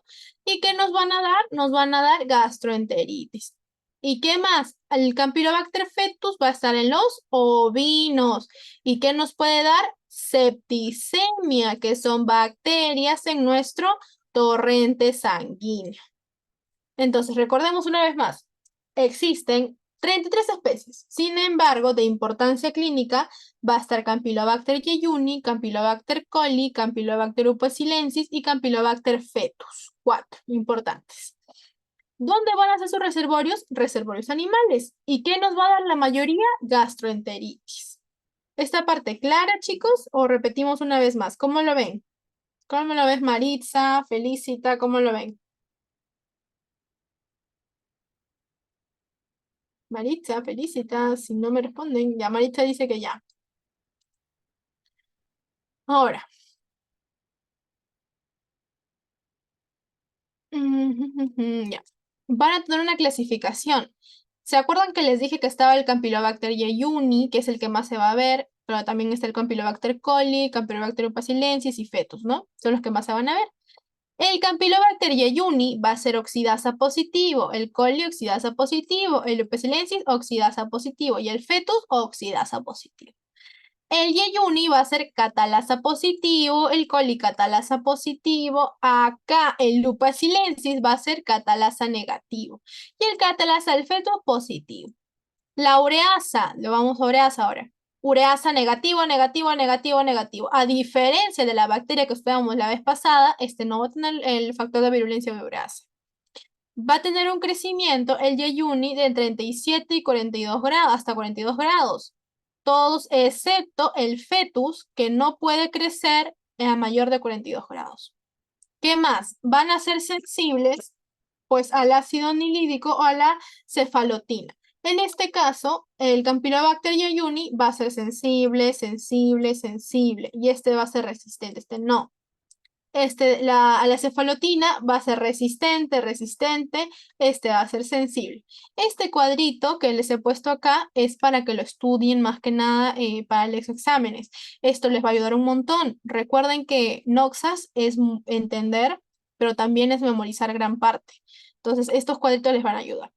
Campylobacter jejuni, Campylobacter coli, Campylobacter upesilensis y Campylobacter fetus. Va a ser oxidasa positivo, positivo, positivo y positivo. Catalasa positivo, positivo, uy, excepto el upesilensis. Y el Campylobacter fetus va a ser positivo. Hasta acá, ¿claro, chicos? O repetimos una vez más el cuadrito. ¿Cómo lo ven ustedes? Chicos, ¿cómo lo ven ustedes? Hasta acá, repetimos una vez más. No se preocupen si dicen que lo repitamos una vez más. ¿Alguna duda, alguna pregunta? ¿Cómo lo ven? Felicita, Maritza, María, Maricielo, Claudio. ¿Cómo lo ven? María dice que normal. Ya, vamos a la siguiente. La transmisión va a ser por una zoonosis. Zoonosis significa de animales a humanos. Muy infectante, 500 bacilos. O sea, porque en una infección pueden lanzarse hasta 500 bacilos, eso dice. Van a tener una fuente principal de transmisión, el consumo, volvemos otra vez, el consumo de pollo mal cocido, el consumo de aves mal cocidos, vuelvo a repetir, la comida de preferencia, agarran y la cocinan, la hierven o la fríen, porque no se la pueden estar comiendo cruda, porque este tipo de bacterias les puede chocar. Tiene una vía fecal oral por manos contaminadas, o sea, por ejemplo, me estoy sirviendo alguna comida y no me lavé las manos, o la señora que trabaja en mi casa, o el menú, por ejemplo, me sirve la comida y estaba con manos contaminadas. ¿Qué más? Puede estar presente también en leche o productos lácteos. Y los consumos de vegetales contaminados, vuelvo a repetir, los alimentos, por favor y de preferencia, se comen cocinados, porque los vegetales también están contaminados, porque ¿cómo se riegan? Con aguas residuales, entonces también. Alimentos o agua mal cocidos. ¿Y quiénes van a ser los vectores? ¿Qué significa vectores? Que van a haber ciertos insectos que van a poder propagar esto. ¿Quiénes van a ser los vectores? Las moscas, porque las moscas, supongamos que este es mi plato ¿ya? Y acá está la mosca. Entonces, las moscas se paran en las heces fecales de los animales, más que nada los animales que los heces fecales que están en la calle. Y vinieron a tu plato y ¡plin! Se pararon en tu plato. Y no te diste cuenta, no tapaste el plato y te lo comiste. Entonces, ¿quiénes serían los vectores? Las moscas y las cucarachas, en este caso. Entonces, va a ser por zoonosis, muy infectante. Muy bien, Maritza, ese gatito. Muy infectante y va a tener consumo del carne, el pollo mal cocido o por contaminación cruzada. Contaminación cruzada. Cuando escuchan la palabra contaminación cruzada, se refieren a que supongamos que mi trapo, supongamos que tengo un trapo. Vamos a usar este de acá. Mira, justo tengo un plato. Supongamos que tengo un trapo. Este trapo se encarga de lavar el baño, por ejemplo, ¿no? Estoy lavando el baño con este trapo. Y este mismo trapo lo uso para limpiar mi mesa. No voy a limpiar mi mesa. Hice contaminación cruzada. Eso no se debe hacer. Debe haber un trapo para cada cosa. Eso significa contaminación cruzada. Vía fecal oral o productos lácteos. Y pues vegetales contaminados. ¿Esta parte entendido, chicos? Una vez más repetimos, entendido, ¿cómo lo ven? El SIN, no te he visto participar, el SIN. Maritza, muy bien, Maritza. Así bien atenta. Ahora, van a dar enfermedades como la gastroenteritis, diarrea aguda con moco y sangre. Acá el Campylobacter sí va a haber leucocitos en las heces. Fiebre, dolor abdominal. ¿Qué pasa? Los pacientes cuando van con dolor abdominal, algunos piensan que si es un dolor abdominal muy agudo, lo confunden con apendicitis. En este caso, el dolor abdominal se va a confundir con apendicitis. ¿Qué más? Es frecuente en niños. Miren nuestro factor, niños. Pacientes inmunocomprometidos con diarrea crónica, septicemia y meningitis. Entonces, volvemos a repetir, el Campylobacter nos puede dar gastroenteritis, diarrea aguda con leucocitos presentes, con sangre, con moco, un dolor abdominal terrible, no van a poder ni siquiera hacer las cosas de la casa y van a ser frecuentes en niños. Hasta acá, ¿esta parte claro? Para continuar y seguir explicando el Campylobacter, ¿claro esta parte? Bien, María. Listo, qué bien que estés presente. Diagnóstico. Los métodos de diagnóstico. Difícil sospecha clínica, o sea que muy pocos sospechan que puedes tener Campylobacter. Acá las muestras, el moco fecal se va a dar en un agar llamado el agar azul de metileno. Se va a ver leucocitos en las heces. En este caso, aquí se pueden ver leucocitos en las heces. ¿Qué se le va a pedir para el paciente? Un coprocultivo. Se le pide un coprocultivo. Y aquí también se presenta el medio Skiro, el medio selectivo, porque el Campylobacter es muy fastidioso de crecer. Te pide o un medio solamente para él, por ejemplo, el medio Campibat, que es solamente para los Campylobacter, o el medio Skiro. ¿Qué más? Hay que incubarlo 42 grados a 42 grados. Hay colonias pequeñas y brillantes. Aquí están pequeñas y brillantes.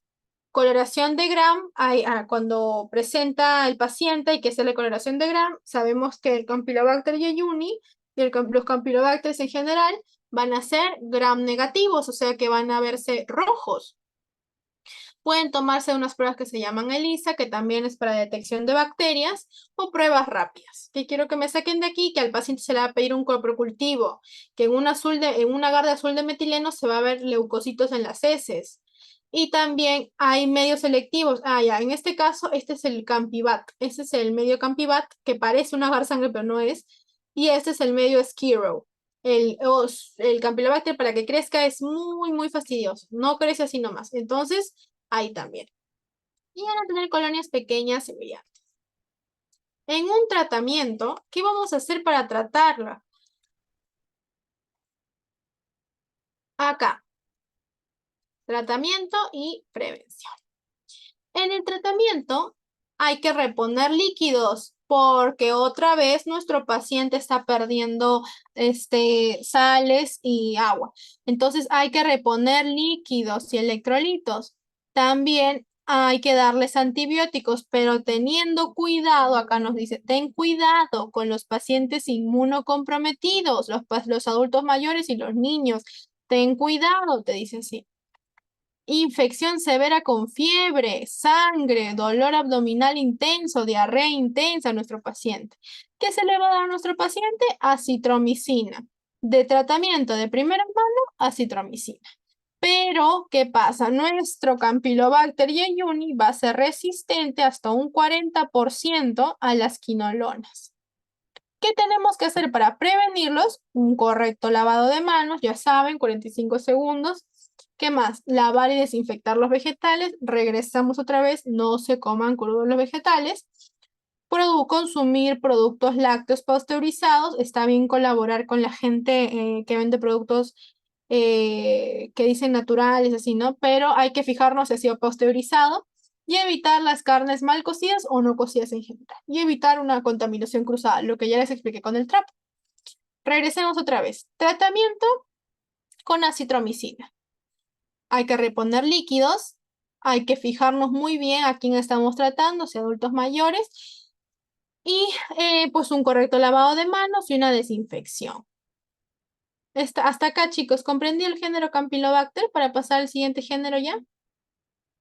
¿Alguna duda? ¿Alguna pregunta? ¿Qué dice Leslie? Dice todo normal ya.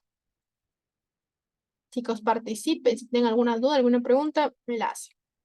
Ya para terminar, bien Maritza, muy bien. Ya para terminar está el género Helicobacter. Van a ser bacilos gram negativos curvos, otra vez curveados. O en espiral. Acá están medios curveados, están como en espirales acá, miren, están así en espirales. Van a producir ureasa, van a ser oxidasa y catalasa positiva, son incapaces de fermentar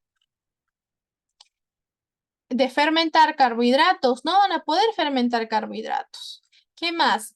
Metaboliza aminoácidos, también tendrán una temperatura de 37 grados y van a ser ubicuos que van a estar presentes en el tracto gastrointestinal o en el hepato biliar, ¿no? Hepato, hígado. Biliar, bilis, de los mamíferos.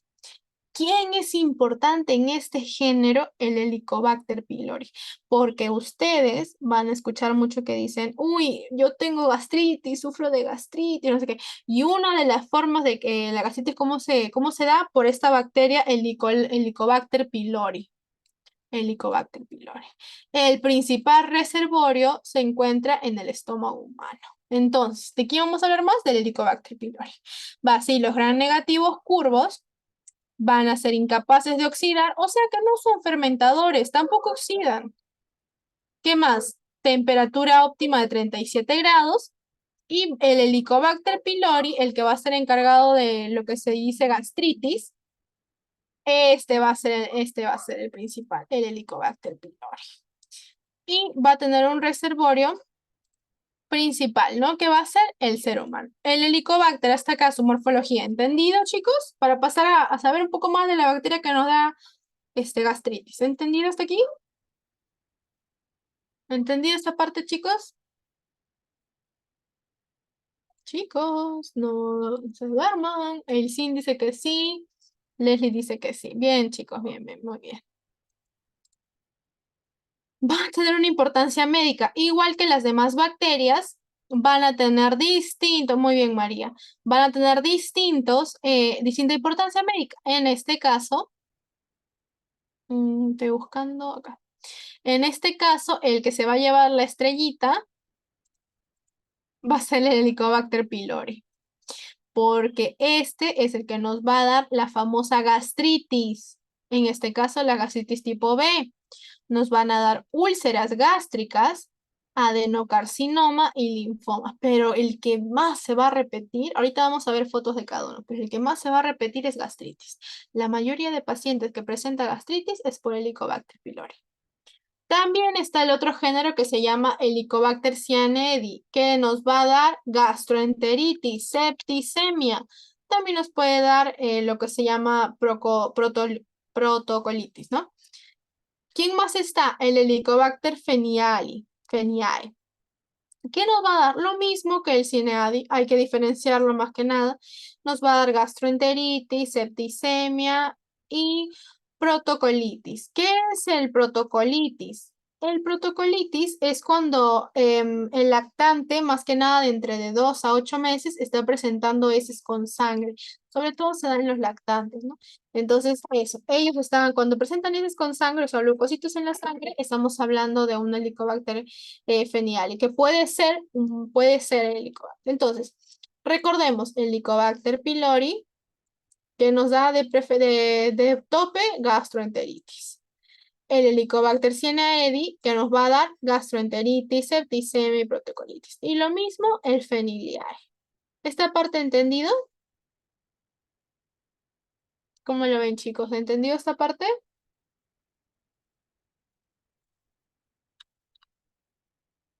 ¿Quién me dijo que sí? Ah, ya, Leslie, muy bien, Leslie. Vamos a la siguiente. Van a tener una importancia clínica. El Helicobacter pylori, ¿dónde les dije que iba a estar? En los humanos, cerdos y primates. Pero en los humanos es lo que nos importa porque no somos veterinarios. Esta de acá es una gastritis crónica. Así se ve. Así se ve una gastritis crónica, pero con metaplasia. Así se ve una úlcera gástrica. Así se ve. Y así se ve un cáncer gástrico ya terrible, ya con un linfoma. El Helicobacter pylori es el que nos va a dar úlceras pépticas y gastritis sobre todo. Muy frecuente y muy frecuente. El Helicobacter cyaneaedi también está en humanos y también en hámsters, ¿no? Como dato. Que nos va a dar gastroenteritis, septicemia, protocolitis y celulitis, ¿no? Pero en este caso, como les digo, es muy infrecuente. A quien deberíamos estudiar más y quien se merece la estrella es el Helicobacter pylori. El Helicobacter pylori se merece la estrella porque al Helicobacter pylori es el que vamos a verlo más seguido en los pacientes con gastritis, con úlceras por Helicobacter pylori. También está el Helicobacter fenileae, que va a estar también en un reservorio del ser humano. Nos puede dar también gastroenteritis, pero es muy infrecuente también. ¿Qué más? También está el Helicobacter canadensis, que también está en el ser humano, nos da gastroenteritis, pero este ya ni siquiera es infrecuente, es muy raro ya, muy, muy raro. Y el canis, el polvo. Así, ¿qué es lo importante de aquí? El Helicobacter pylori, porque está en el ser humano y es el que nos va a dar gastritis tipo B y úlceras pépticas. Y va a ser muy, muy frecuente. ¿Esta parte entendido, chicos? ¿Cómo lo ven? O repetimos una vez más, ¿cómo lo ven? Maritza, muy bien, Maritza. El medio de cultivo. ¿Cómo encontramos a los Helicobacter? El medio de cultivo que se demostró es en un agar que se llama Casman, con 7% de sangre de caballo durante 5 días, ¿no? Y el medio de conservación es este de acá es un caldo de Bruselas y este de acá es un agar chocolate también. Se podría cultivar en agar chocolate y sus colonias y sus colonias van a ser grises y poco visibles. Si se dan cuenta, es gris, poco visible, ¿no? Acá se cultiva, este de acá es un agar chocolate, se cultiva. ¿Qué más? Puede estar también en el agar Casman, que es sangre de caballo, durante 5 a 7 días, pero también, y mejor, es un medio de mejor conservación, el caldo de Bruselas, que es un medio líquido. Este de acá les presento es el caldo de Bruselas. Y este de acá está en agar chocolate, ¿no? Y también sus colonias van a ser un poco grises, un poco invisibles. Diagnóstico. ¿Cómo diagnosticamos? Diagnóstico por laboratorio. ¿Cómo diagnosticamos a nuestro paciente? Por una muestra, por una biopsia gástrica. En este caso, hacemos biopsia gástrica a un paciente que podría presentar Helicobacter pylori. Y si hablamos de Helicobacter cyaneaedi, hablamos de muestras de sangre o de heces. ¿Qué más? El medio de transporte va a ser por el caldo de Bruselas, que ya les enseñé, o por el medio Stuart también. En este caso, también en un examen de microscopio va a dar una tinción de Warting-Starring. También tinción de Gram, pero también les presento, aquí está, esta es la coloración de Warting-Starring. Él también. Y va a tener un medio de cultivo enriquecido con sangre y carbón. Sangre o carbón. Y en un agar Columbia, en este caso estamos hablando de este es el agar Columbia, parece agar sangre, pero es agar Columbia, de 10% de sangre de caballo. Y un diagnóstico preliminar, o sea, ¿qué nos dice? Tú puedes pedirle una biopsia gástrica al paciente si hablamos de Helicobacter pylori, si hablamos de Helicobacter cyaneaedi, podemos pedir al paciente muestras con sangre, muestras de heces o muestras de sangre. ¿Qué más? También te dice el medio de transporte, es el caldo de Bruselas al 20%. ¿Qué más nos dice? Que hay una tinción de Warning-Starron, en este caso les presento mi coloración, se dan cuenta, ha pintado de color amarillo. ¿Qué más nos dice? También podemos hacer una tinción de Gram.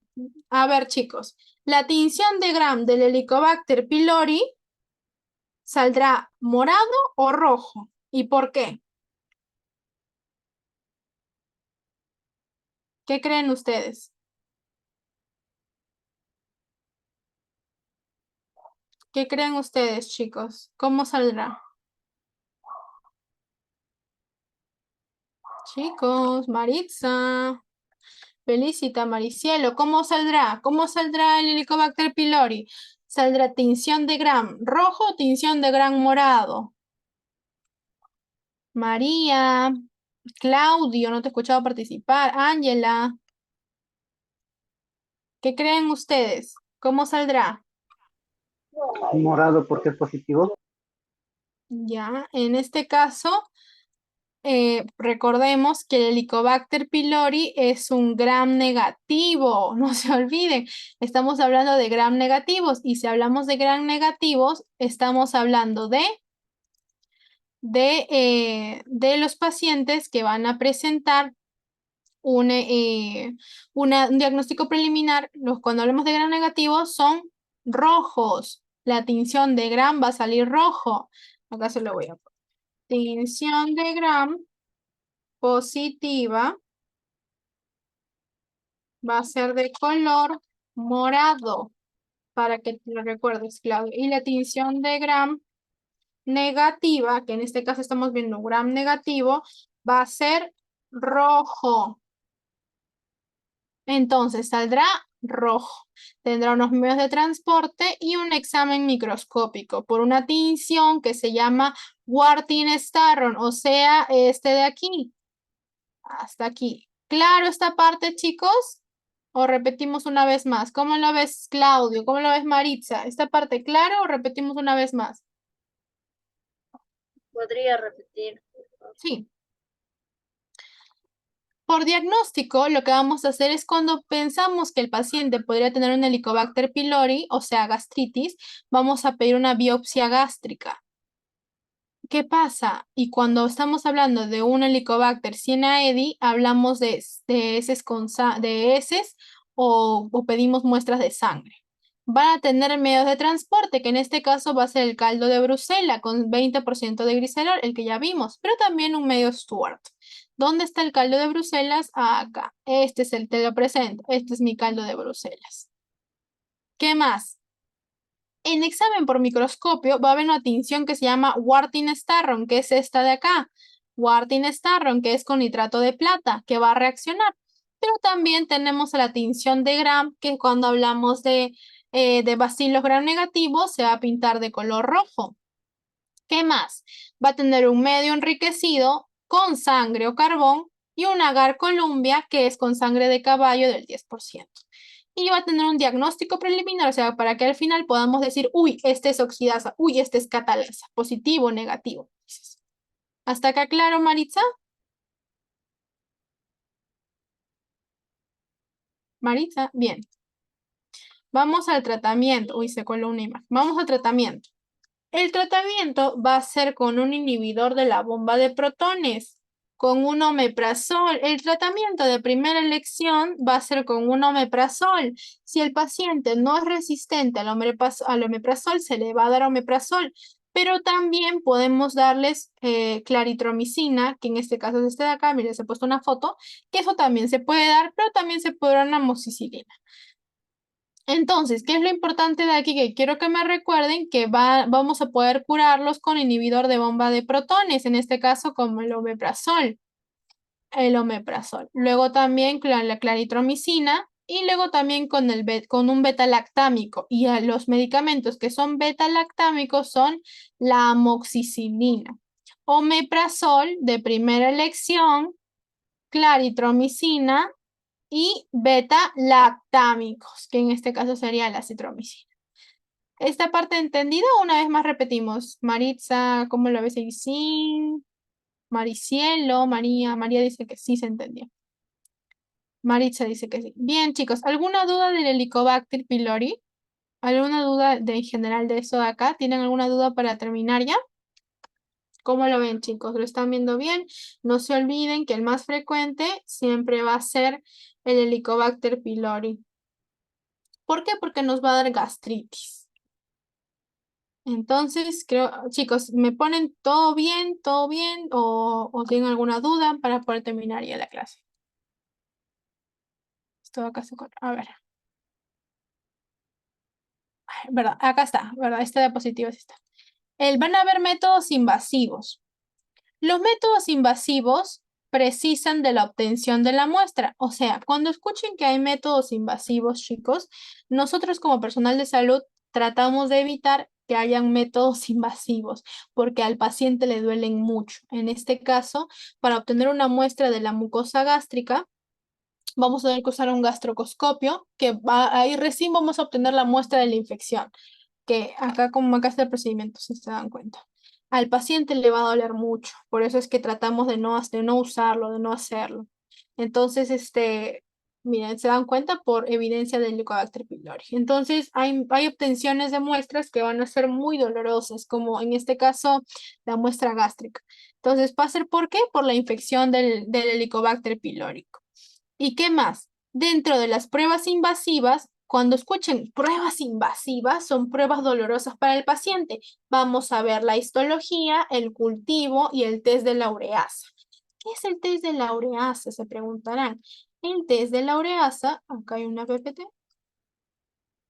El test de la ureasa va a ser cuando, van a escuchar el test de la ureasa rápida. Va a ser cuando se va a tomar una muestra, en este caso cuando hablamos de rápido es por la saliva, pero si hablamos de una prueba de ureasa en general, hablamos ya de una biopsia, ¿no? Un tratamiento invasivo. Entonces, de lo más razonable que tenemos que hacer nosotros como médicos es tratar de no a los pacientes no hacerles pruebas invasivas. ¿Por qué? Porque les duele mucho. Exacto, muy, sí, María, les duele mucho. Entonces, tratar de no hacer pruebas invasivas. En conclusión, vamos a tener ciertos síntomas: náuseas, vómitos, falta de apetito, eructos, siempre estamos eructando, el estómago lleno, dolor abdominal y una pérdida de peso. Obviamente no es inexplicada, sino es por las náuseas y vómitos y por la diarrea que estamos teniendo algunas veces también. Entonces, el Helicobacter pylori es una bacteria de forma espiral, no se olviden, que nos va a dar gastritis y que vive en el estómago y en el duodeno, ¿no? Y que se encuentra justo abajo del estómago. Recordemos otra vez, van a tener síntomas: náuseas, falta de apetito, eructos excesivos, sensación de un estómago lleno, el paciente no va a querer comer porque justamente le está doliendo, dice, uy, no, me duele, no, estoy lleno, y no ha comido nada, y una pérdida de peso, ¿no? ¿Y dónde va a vivir la bacteria en forma de espiral? En el estómago, en el duodeno. Esta sí es la diapositiva, la última diapositiva. Hasta aquí, chicos. ¿Alguna duda para terminar la clase? María, Maritza, ¿cómo lo ven? ¿Alguna duda? Claudio, para terminar la clase. ¿Alguna duda, alguna pregunta? Si todo está bien, un like. Si no, Maritza, a ver, dime. No, por mi parte, no tengo nada. Todo está bien. Muy bien. Entonces, chicos, a ver qué me dicen. Todo claro, Leslie. Muy bien.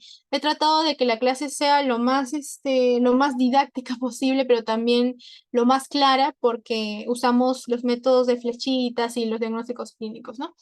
Entonces, les dejo con mi compañero que ahora les va a decir algo. Muy bien, chicos. Listo. ¿Qué tal? ¿Qué tal la clase? ¿Qué les pareció? Chicos. Bueno, chicos, en conclusión de la clase, lo importante es saber que hay bacterias que pueden trabajar en zoonosis y hay bacterias que pueden causar enfermedades patológicas en el ser humano, ¿ya? No olvidar ello, siempre repasar, repasar, repasar y repasar nomás, ¿ya? Y la grabación se estará enviando entre el transcurso de, si bien se convierta a MP4 y, ¿cómo se llama? Hoy día en la noche o mañana en la mañana temprano. ¿Ya, chicos? Como siempre, les voy a pedir que por favor en los exámenes y simulacros traten de estar a la hora para poder participar en ello, ya que es importante porque les mide el conocimiento que van adquiriendo durante las clases. ¿Ya? Sin más, me despido y será hasta el día viernes. ¿Ya, chicos? Hasta luego, cuídense.